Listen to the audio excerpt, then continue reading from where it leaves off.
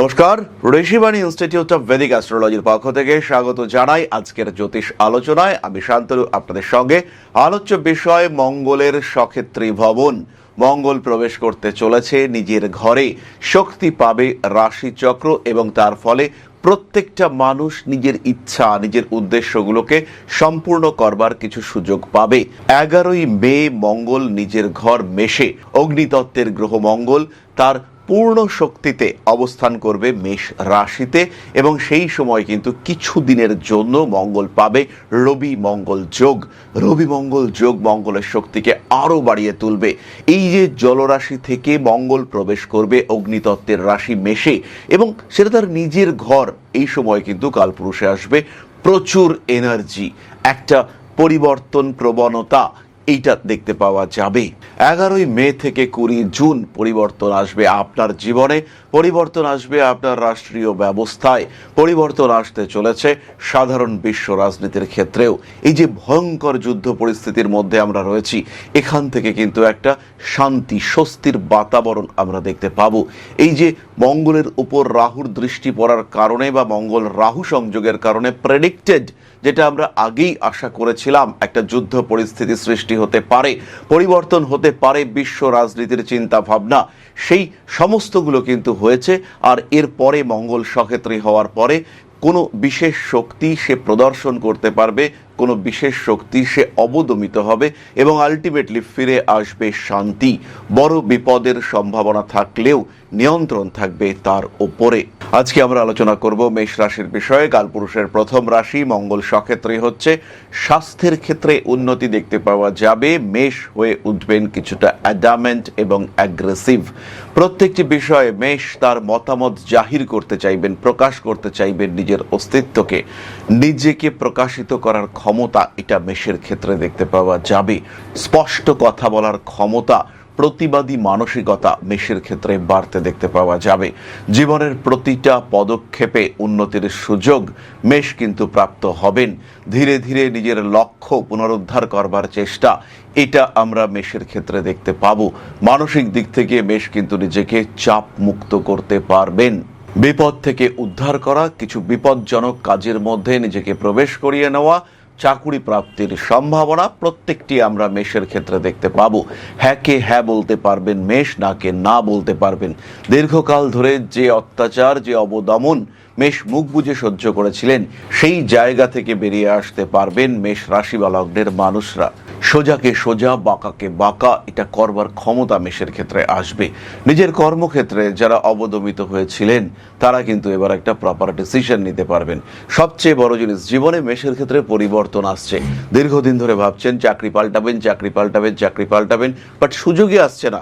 গতকালকেও আমি কথা বললাম এক ভদ্রলোকের সঙ্গে, তার মেষ রাশি, তাকে আমি অ্যাসিওর করলাম যে 11ই মের পর থেকে চাকরির ইন্টারভিউর সুযোগ আসবে আপনার কাছে। আর যেই মুহূর্তে চাকরির ইন্টারভিউর সুযোগ আসবে, সেটা বাস্তবায়িত হবে, ম্যাটেরিয়ালাইজ হবে, চাকরি পাবেন আপনি, সেটা হলো 2রা জুনের পরে। তাই এই সময়টুকু ধৈর্য ধরতে হবে। বড় পরিবর্তন জীবনে আসতে চলেছে, সেটা ঘটবে আপনার সাথে এবং এর সুবিধা আপনি প্রাপ্ত হবেন। জীবনে উন্নতি আসবে। মায়ের শরীর খারাপ হতে পারে, বাড়ি, জমি, ভূমি, জায়গা, স্থানে ইনভেস্ট করতে পারেন, এটা আপনার জন্য পজিটিভ। বাইক, স্পিড, এগুলোর উপরে কন্ট্রোল রাখতে হবে, অ্যাক্সিডেন্টাল টেন্ডেন্সি রয়েছে। এই সময় কিন্তু মঙ্গলের উপরে কেতুর প্রভাব রয়েছে, ফলে ইনজেক্টেবল ট্রিটমেন্ট কিংবা কোনো অপারেশন যেখানে আপনাকে অ্যানাস্থেসিয়া করতে হতে পারে, কিংবা কোনো স্পাইন ওরিয়েন্টেড ট্রিটমেন্ট, সেখানে কিন্তু আপনার শরীর খারাপ হওয়ার সম্ভাবনা রয়েছে এবং এখানে রং ট্রিটমেন্টের একটা সম্ভাবনা, এইটাও স্পষ্টভাবে দেখতে পাওয়া যায়। যাদের ইতিমধ্যে অপারেশন হয়েছে বা তার আগে হবে 11ই মের পরে, সেখানে কিন্তু কিছুটা ইনফেকশন হয়ে যাওয়া, ব্যাকটেরিয়াল ইনফেকশন কিংবা অন্য কোনো ইনফেকশন, পুজ হয়ে যাওয়া ইত্যাদির সম্ভাবনা রয়েছে। খুব ভালো করে যত্ন নিতে হবে, খুব ভালো করে ড্রেসিং করতে হবে এবং অ্যাকর্ডিং টু প্রেসক্রিপশন আপনাকে রেগুলার ওষুধপত্র খেয়ে যেতে হবে।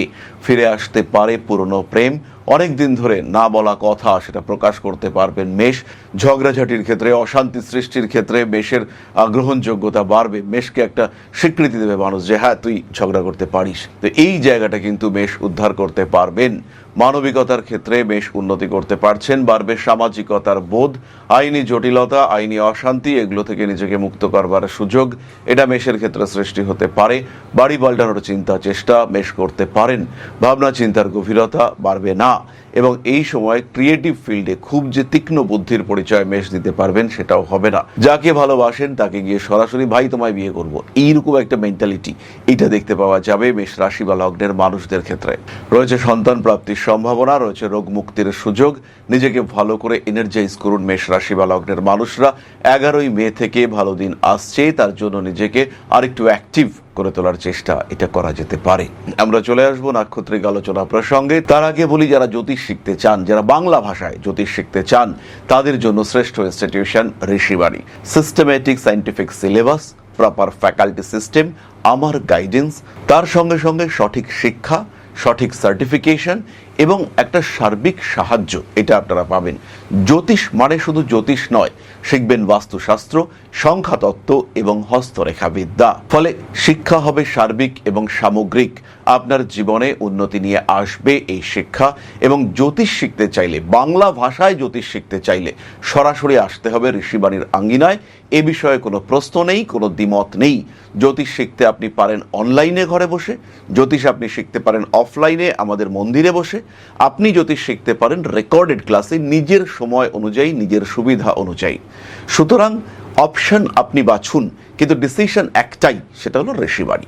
11ই মে থেকে 20 জুন অশ্বিনী নক্ষত্রের মানুষরা যথেষ্ট অ্যাগ্রেসিভ হয়ে থাকবেন। যা চাই, যা পেতে চাই, সেটাকে অ্যাচিভ করবার ক্ষমতা সেটা অশ্বিনীর ক্ষেত্রে দেখতে পাওয়া যাবে। বোল্ড ডিসিশন নিতে পারবেন। রিলেশনশিপের ক্ষেত্রে উন্নতি। যারা টেকনিক্যাল ফিল্ডে পড়াশুনো করতে চান, ব্যাপক উন্নতি তাদের ক্ষেত্রে দেখতে পাওয়া যাবে। যারা মেডিকেল স্টুডেন্ট, কোনো খুব বড় জটিল অপারেশন যারা করতে চাইছেন বা যারা করাতে চাইছেন, দুয়ের ক্ষেত্রেই কিন্তু উন্নতি আসবে। প্রপার ট্রিটমেন্ট পাওয়া যাবে। অশ্বিনী নক্ষত্র এই সময় এনার্জাইজড হয়ে থাকবে।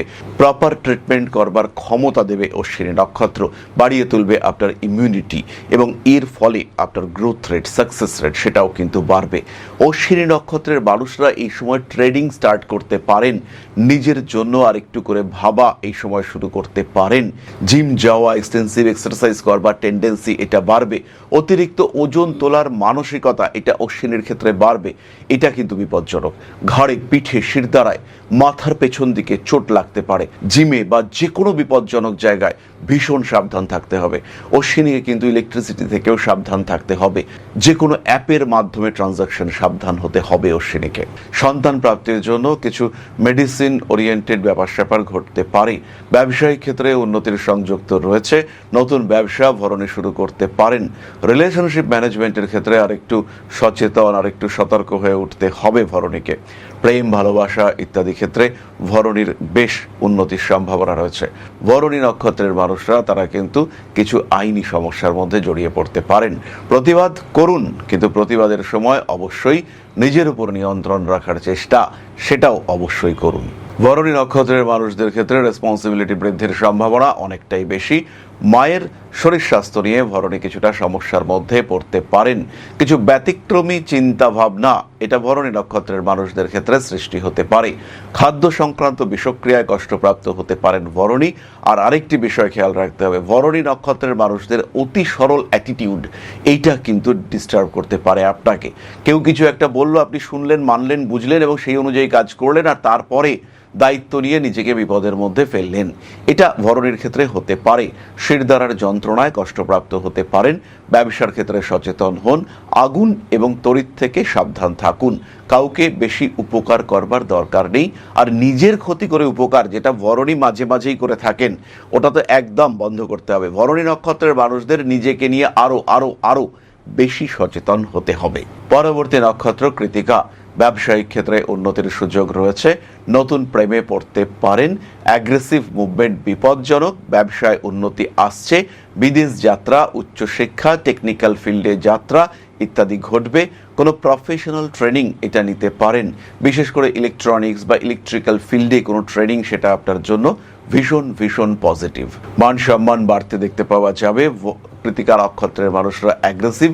আরেকটি কথা, কৃতিকা নক্ষত্রের গৃহবধূদের জন্য যারা বাড়িতে রান্না করেন এবং সবজি কাটার জন্য ভারী চাকু ব্যবহার করেন, ঘ্যাচ ঘ্যাচ ঘ্যাচ ঘ্যাচ করে যারা সবজি কাটেন তাদের জন্য বলছি, আঙ্গুল সামলে, বিশেষ করে বাম হাতের তর্জনী, মধ্যমা, এই দুটো আঙ্গুলে কিন্তু আঘাতপ্রাপ্তির সম্ভাবনা রয়েছে মহিলাদের ক্ষেত্রে। কৃতিকা নক্ষত্রের গৃহবধূদের ক্ষেত্রে এটা রয়েছে।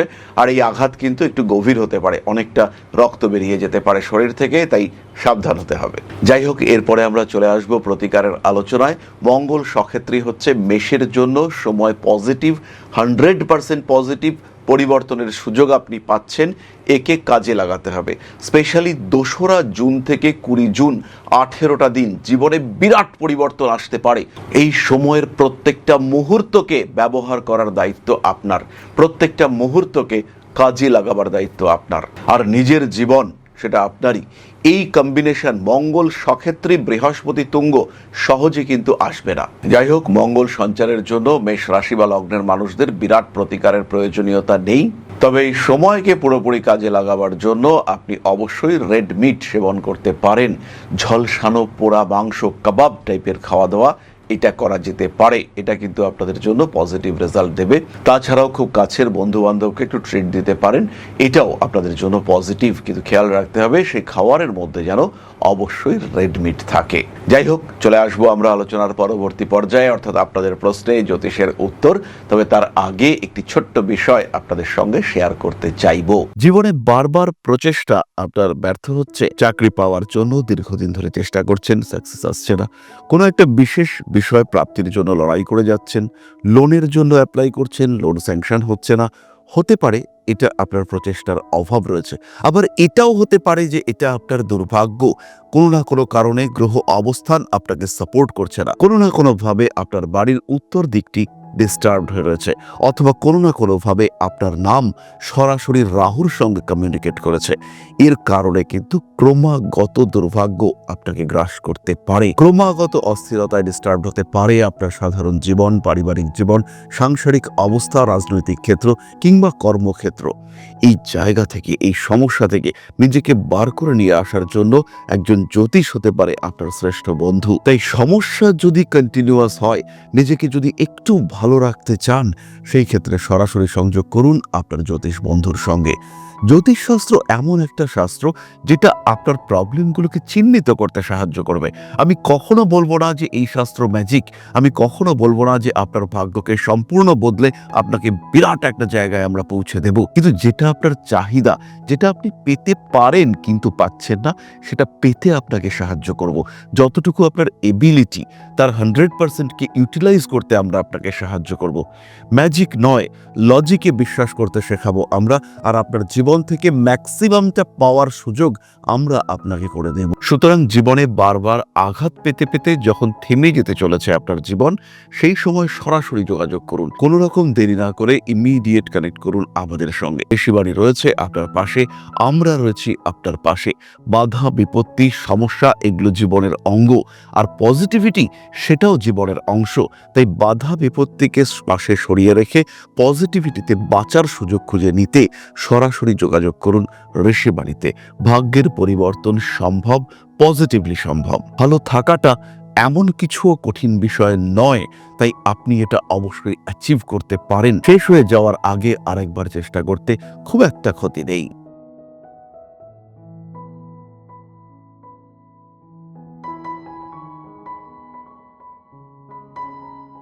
তাহলে এবার আপনাদের প্রশ্ন করেছেন অয়ন মুখোপাধ্যায়, 21/1/1977, শ্রীরামপুর, হুগলি।